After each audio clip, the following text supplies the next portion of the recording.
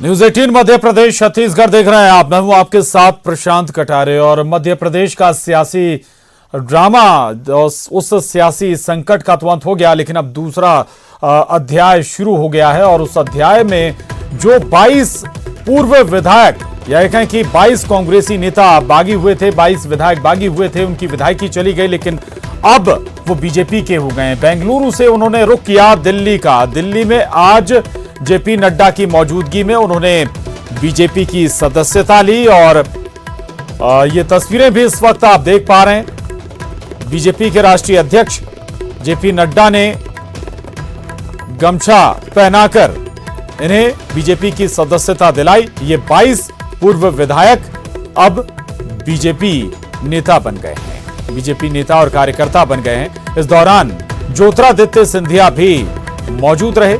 दरअसल ये ज्योतिरादित्य सिंधिया के समर्थक कहे जाते हैं और ज्योतिरादित्य सिंधिया के साथ ही इन्होंने पार्टी से बगावत कर दी थी, कांग्रेस से बगावत कर दी थी। इसके बाद ये सारे बेंगलुरु में रहे और बेंगलुरु से आज ही ये सभी दिल्ली पहुंचे। 22 पूर्व विधायक और जेपी नड्डा की मौजूदगी में इन्होंने बीजेपी की सदस्यता ग्रहण की है। और अब इन्हें आस होगी जो सीटें खाली हुई हैं उन सीटों पर इन्हें दोबारा बाय इलेक्शन में चुनाव लड़ने का मौका मिले। आस कितनी पूरी होती है बीजेपी में, ये भविष्य तय करेगा। और उसके साथ बीजेपी सरकार बनाती है तो फिर उसमें जो ये 22 बागी हैं, अगर विधानसभा में दोबारा चुनकर आते हैं तो कितनों को जगह मिलेगी, ये भी समय तय करेगा। लेकिन अभी की जो बड़ी पिक्चर है वो ये है कि ये सभी 22 पूर्व विधायक अब भगवा रंग में रंग गए हैं, बीजेपी के हो गए हैं।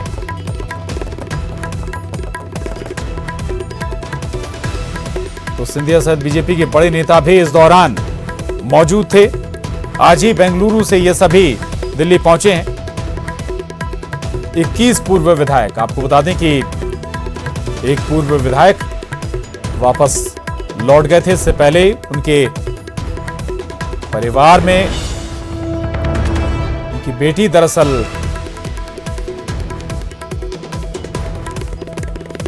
उन्होंने सुसाइड कर लिया था और उसी के चलते वो विधायक जरूर पहले ही वापस लौट गए थे। लेकिन आज 21 पूर्व विधायक बेंगलुरु से सीधे दिल्ली पहुंचे। हालांकि पहले इस तरह की अटकलें थीं कि ये सभी भोपाल आएंगे, लेकिन तस्वीर फिर साफ हो गई।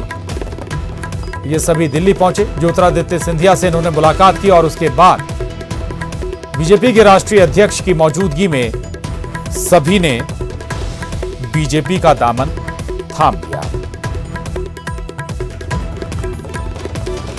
तो कुल 22 कांग्रेसी विधायकों ने बगावत की थी, विधायकी इनकी जा चुकी है। और जो आज तस्वीर हम दिखा रहे हैं आपको, 22 में से 21 पूर्व विधायक बीजेपी का दामन थाम चुके हैं।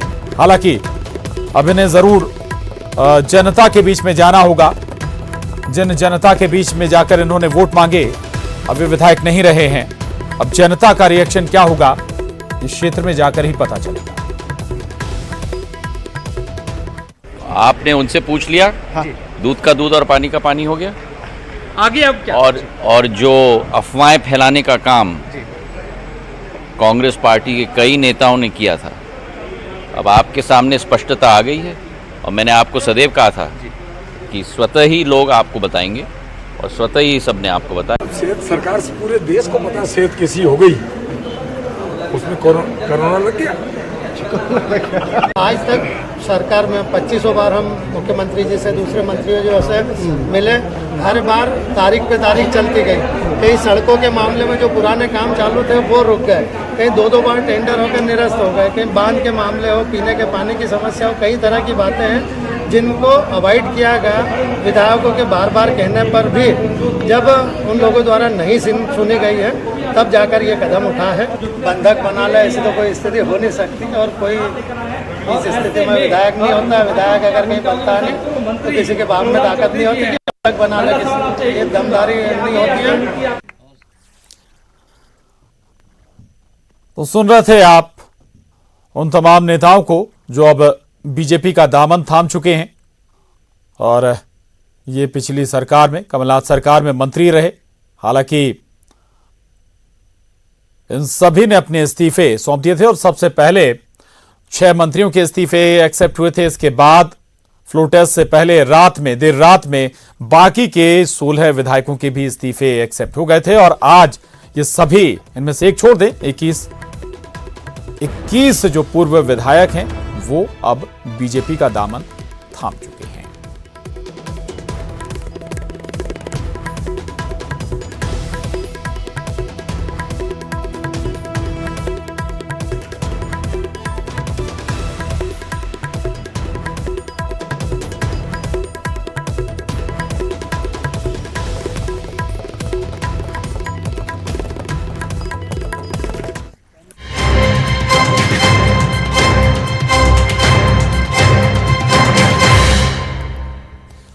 और बड़ी खबर रायपुर से है। छत्तीसगढ़ में 3 दिन शराब दुकानें बंद रहेंगी। कोरोना को लेकर सरकार ने बड़ा फैसला किया है। 23, 24 और 25 मार्च को प्रदेश भर में शराब दुकानें बंद रहेंगी।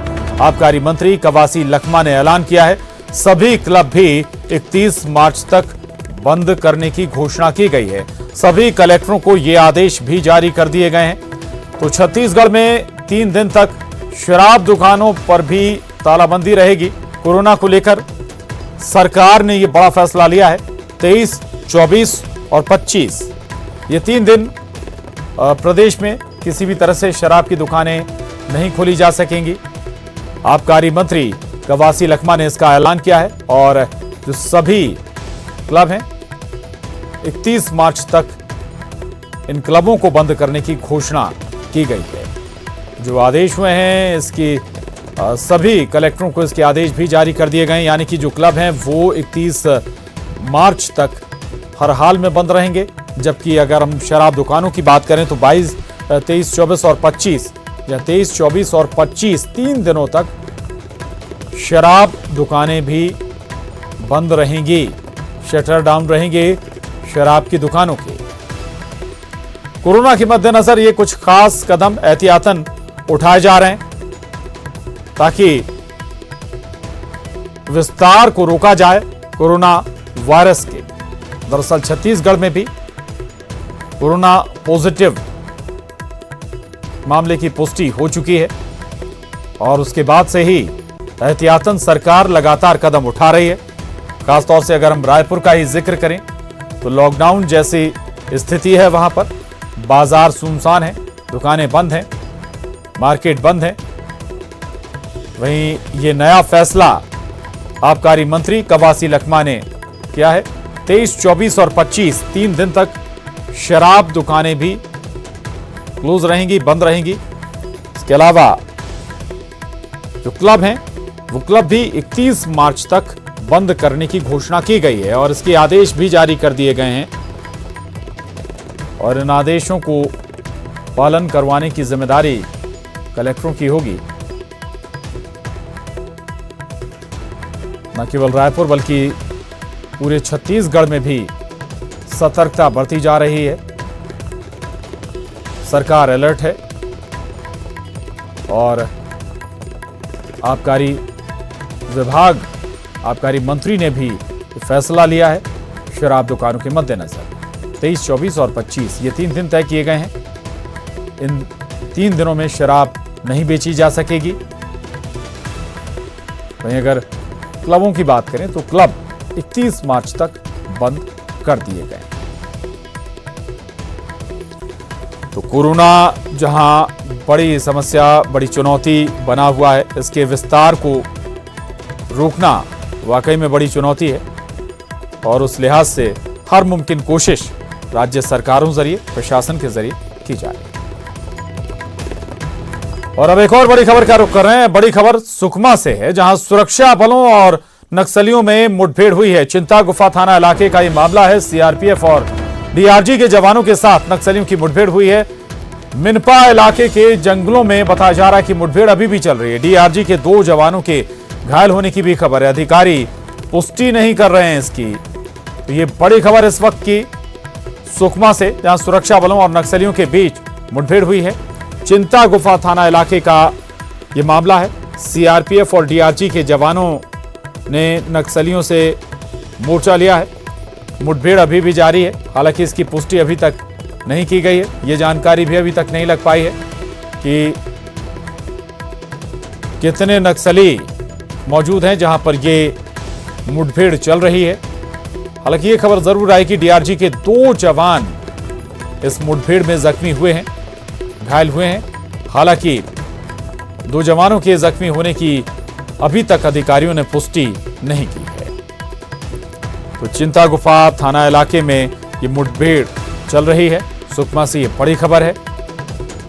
सीआरपीएफ और डीआरजी के जवान ज्वाइंट ऑपरेशन अंजाम दे रहे हैं। नक्सलियों से अभी भी मुठभेड़ जारी है। और यहां रुक रहे हैं एक छोटे से ब्रेक के लिए, फौरन हाजिर होंगे, जाइएगा।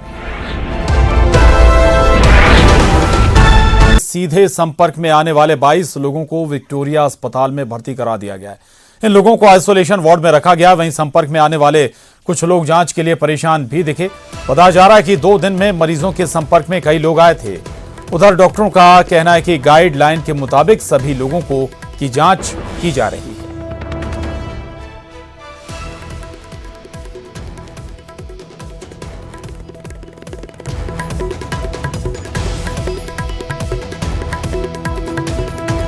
एक बार आपको फिर बता दें, दरअसल जबलपुर में 4 कोरोना पॉजिटिव मरीजों की पुष्टि हुई है और इसके बाद इनके संपर्क में करीब जो 22 लोग थे उन्हें भी विक्टोरिया अस्पताल में भर्ती कराया गया है।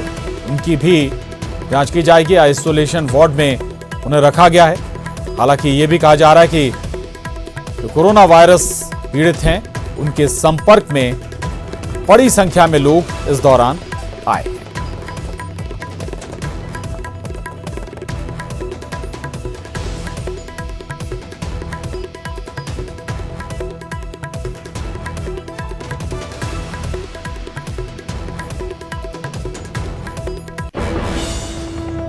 वहीं जबलपुर से दुबई लौटे 3 लोगों पर एफआईआर दर्ज की गई है। 3 लोग कोरोना पॉजिटिव निकले थे। इन लोगों पर जानकारी छुपाने के आरोप लगे हैं।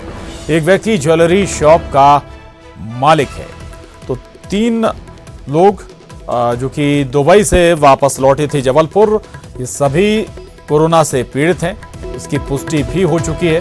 कोरोना पॉजिटिव हैं ये। और इसके बाद दरअसल इन्होंने इस बात की जानकारी छुपाई थी और इसी के बाद इनके खिलाफ एफआईआर दर्ज कर ली गई है। और इन 3 में एक शख्स ज्वेलरी शॉप का मालिक भी है। ये पहले मामले हैं मध्य प्रदेश में जो जबलपुर में सामने आए हैं।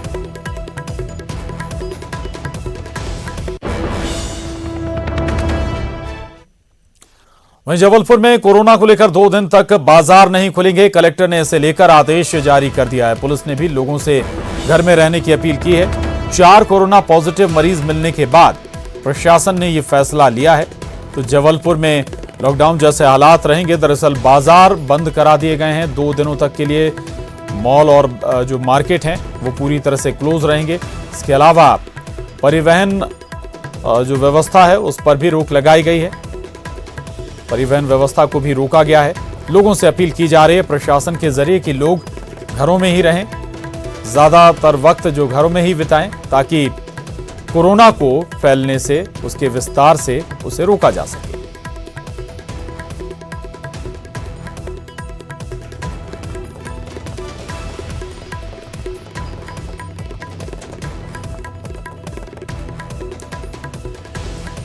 आपको एक बार फिर बता देते हैं, दरअसल जबलपुर में मध्य प्रदेश में पहले कोरोना पॉजिटिव मामले सामने आए हैं और उसी के बाद अब ये बड़े फैसले लिए गए हैं।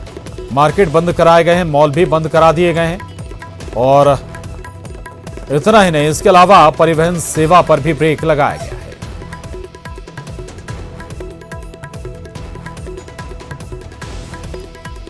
आगे बढ़ते हैं, उधर गुना में राजस्थान के बॉर्डर को सील कर दिया गया है। यहां राजस्थान से गुना पहुंचने वाले लोगों की जांच की जा रही है। मौके पर विशेषज्ञों की टीम है। कोरोना की रोकथाम के लिए यह कदम उठाया गया है। वहीं गुना कलेक्टर ने सतर्क रहने की अपील भी लोगों से की है। तो गुना में राजस्थान के बॉर्डरों को सील कर दिया गया है। दरअसल राजस्थान से गुना पहुंचने वाले लोगों की जांच की जा रही है। मौके पर विशेषज्ञों की टीम भी तैनात है। इधर जबलपुर में कोरोना पॉजिटिव मरीज मिलने से हड़कंप मचा हुआ है। वहीं इंदौर में कोरोना संक्रमण से बचाव के लिए खास तरह की एहतियात बरती जा रही है। कोरोना से बचाव के लिए इंदौर नगर निगम ने नया प्रयोग किया है, जिसमें नगर निगम शहर में ड्रोन से वायरस नाशक केमिकल का छिड़काव करवा रहा है। ये देश में पहला शहर है जहां ड्रोन से वायरस नाशक केमिकल का छिड़काव किया जा रहा है। निगम आयुक्त आशीष सिंह ने बताया कि पहले चीन में ऐसा प्रयोग किया जा चुका है। देश में संभवतः ये पहला प्रयोग है जिसमें भीड़भाड़ वाले इलाकों को सैनिटाइज किया जा रहा है।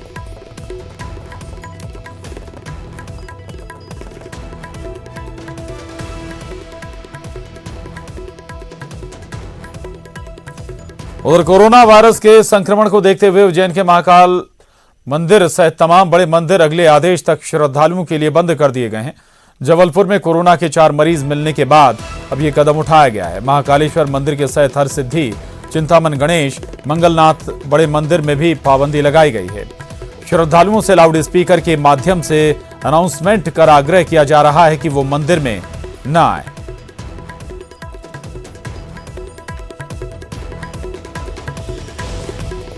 देशों में लॉकडाउन की स्थिति बन गई है, लेकिन उज्जैन शहर की अगर बात करें तो उज्जैन शहर में बाबा महाकाल का ये मंदिर है और महाकाल के मंदिर को आप देख सकते हैं कि इस समय बाबा महाकाल के मंदिर में कोई भी श्रद्धालु इस समय दिखाई नहीं दे रहा है। सिर्फ पंडित पुजारियों को इजाजत दी गई है कि वो यहाँ पर आके मंत्र जाप या पूजा पाठ कर सकते हैं। आज एक आदेश और निकाला गया है महाकाल मंदिर समिति की ओर से और पंडित पुजारियों ने भी इसमें जो है अपनी बात रखी और साफ तौर पर कहा गया है कि जो भी यहाँ पर दर्शनार्थी आते हैं उन्हें अगले 31 मार्च तक जितने भी दर्शनार्थी जो आना चाहते हैं उनके लिए पूर्णतः से यहाँ पर प्रतिबंध लगा दिया गया है। महाकाल मंदिर 12 ज्योतिर्लिंगों में से एक है और इस पूरे मंदिर में अगर अमूमन माने तो पूरे जब भी यहाँ पर लोग आते हैं तो जो आप आगे देखेंगे तो भीड़ हमेशा यहाँ पर बनी रहती है और ऐसे में इस समय अगर आप मंदिर को देखेंगे तो पूरा मंदिर परिसर खाली है और दूर दूर तक यहाँ पर अभी कोई नहीं दिखाई दे रहा। अगर बाहर की बात करें तो मंदिर परिसर की भी अगर बात करें तो वहाँ पर भी कोई भी श्रद्धालु इस समय यहाँ आ नहीं रहा है। और ऐसे में मंदिर समिति ने आज एक बड़ा निर्णय लिया है कि अगले 31 मार्च तक न सिर्फ महाकाल मंदिर बल्कि आसपास के जितने बड़े मंदिर है जिसमें हरसिद्धि, मंगलनाथ सहित कई मंदिरों को पर जो आम श्रद्धालु उनको जो प्रवेश है वो पूर्णतः प्रतिबंधित कर दिया गया है। आनंद निगम, न्यूज़ 18 उज्जैन।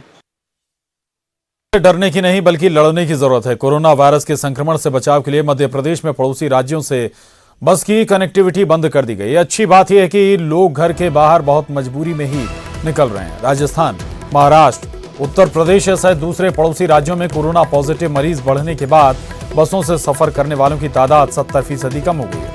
स्थिति को देखते हुए प्रदेश भर के सीमावर्ती क्षेत्रों के चेकपोस्ट पर स्वास्थ्य विभाग के अमलों को तैनात कर राज्य में आने वाले हर यात्री के स्वास्थ्य की जांच की जाएगी।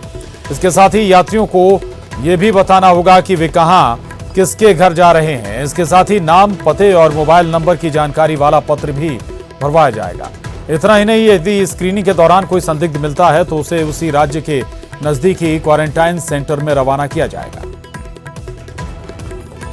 तो निरंतर चल रही हैं मगर यात्रियों में बहुत फर्क पड़ गया है और ग्रेजुअली मतलब पर डे यानी करीब 3, 4, 5, 6 दिन से 10-20% यात्री टोटल कम होते जा रहे हैं और आज लगभग 50 से 60%, 70% यात्री की कमी हो गई है। केवल इंदौर कोर्ट में कोरोना वायरस को लेकर 31 मार्च तक हाफ डे काम करने का फैसला लिया गया है। सभी जिला और तहसील कोर्ट में सुबह 11 बजे से 2 बजे तक ही काम होगा। मध्य प्रदेश हाईकोर्ट ने इसे लेकर नए दिशा निर्देश भी जारी किए हैं। हाईकोर्ट ने काम खत्म होने के तुरंत बाद वकीलों और पक्षकारों को कोर्ट परिसर खाली करने के आदेश दिए।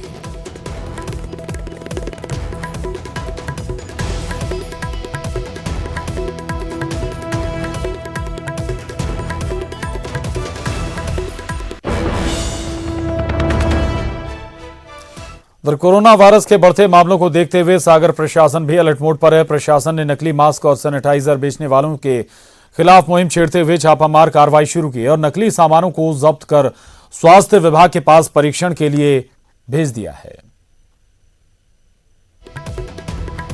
सैनिटाइजर्स महंगे बेच रहे हैं तो वहां पर हमारे द्वारा आज जांच की जा रही है, जिसमें हमें कटरा में आर मेडिकल्स पे बहुत ज़्यादा स्टॉक मिला गया मास्क का। जब हमने उनके बारे में पूछा तो उनके द्वारा कोई जानकारी नहीं दी गई, तो हमने जितने मास्क मिले वो सीज कर लिए और उसको ले लिए हैं और दुकान को भी सीज कर दिया गया है।